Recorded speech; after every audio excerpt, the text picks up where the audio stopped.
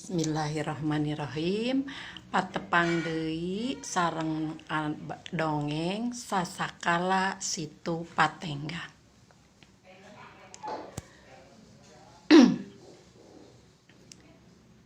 Cinta mibanda kakuatan anu rohaka. Cinta merlukeun perjuangan jeung pengorbanan. Kalayan disorang ku hate nu ikhlas. Najan dipisahkeun ku anggangna tempat, tapi ku cinta mah mau burung jauh di jugjug anggang di teang. Kacaritakeun Ki Santang jeung Dewi Rengganis nu ngawiru cinta munggaran. Hiji mangsa manggih cocoba kudu paturai paanggang tineung. Sanaos kitu ari ati papada ati mah teu weleh cumantel. Peureum kadeuleu beuntak karasa anu akhirna ngajurung duanana pikeun maluruh raratan sewang-sewangan. Dewi Rengganis maluruh raratan Ki Santang, pon kitu deui sabalikna pateangan-teangan tug dugi ka nyaliksik ka tepi suwiring. Cunduk waktu ninggang mangsa antukna Dewi Rengganis sareng Ki Santang teburung patepung lawung paamprok jonghok di hiji tempat kalayan disaksian ku hiji batu gede anu kiwari katelahna batu cinta.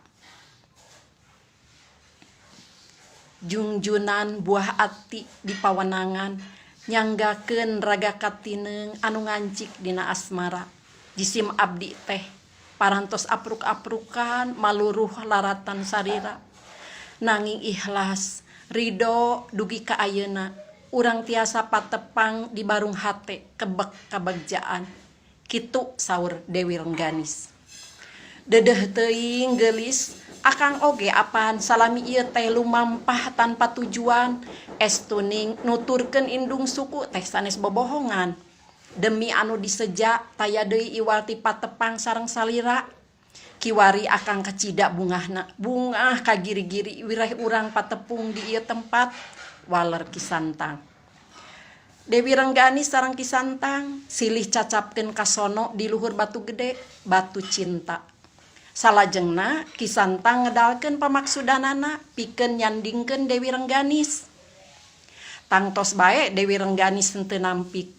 Sasatos jadi cita-cita ti kapungkur, kilang kitu Dewi Rengganis aya panuhun ka Ki Santang. Manawi teu kaabotan, jisim abdi teh gaduh kahoyong. Mangga geulis, hoyong naon bae moal burung ditarekahan pikeun ngabuktikeun cinta akang ka salira.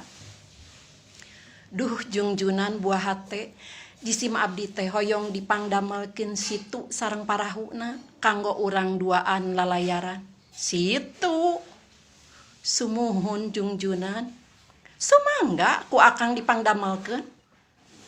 Akang ikhlas. Tangtos bae geulis, bujeng hingga ukur situ dalah dipiwarang ngadamel laut oge. Tangtos akang bakal narekahan sakamampu akang. Hatur nuhun akang. Kocap Ki Santang anu katelah mibanda kasaktian langsung ngetrukeun sakur pangabisana. Ki Santang nenjrag lelemah di barung ku kakuatan anu rohaka.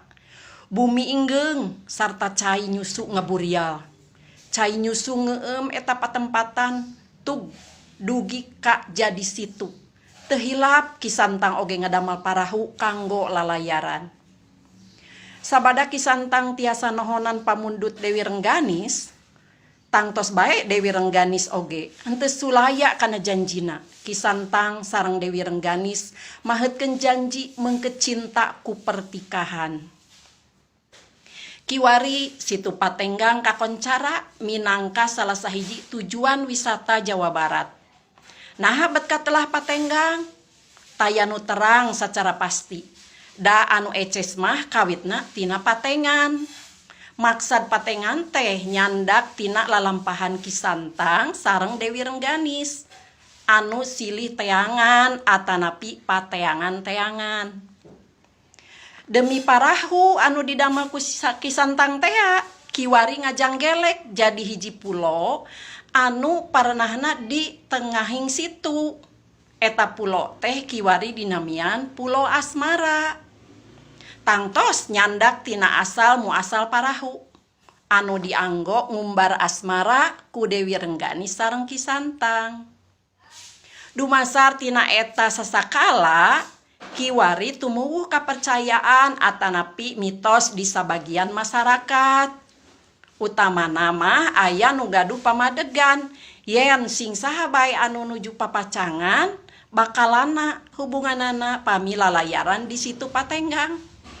Ku ayana eta mitos seueur anu wisata ka situ Patenggang teh disarengan ku bebenekna sewang-sewangan. Tah sakitu sasakala situ Patenggang teh biasa cariosna kengeng nyomot tina internet. Alhamdulillah.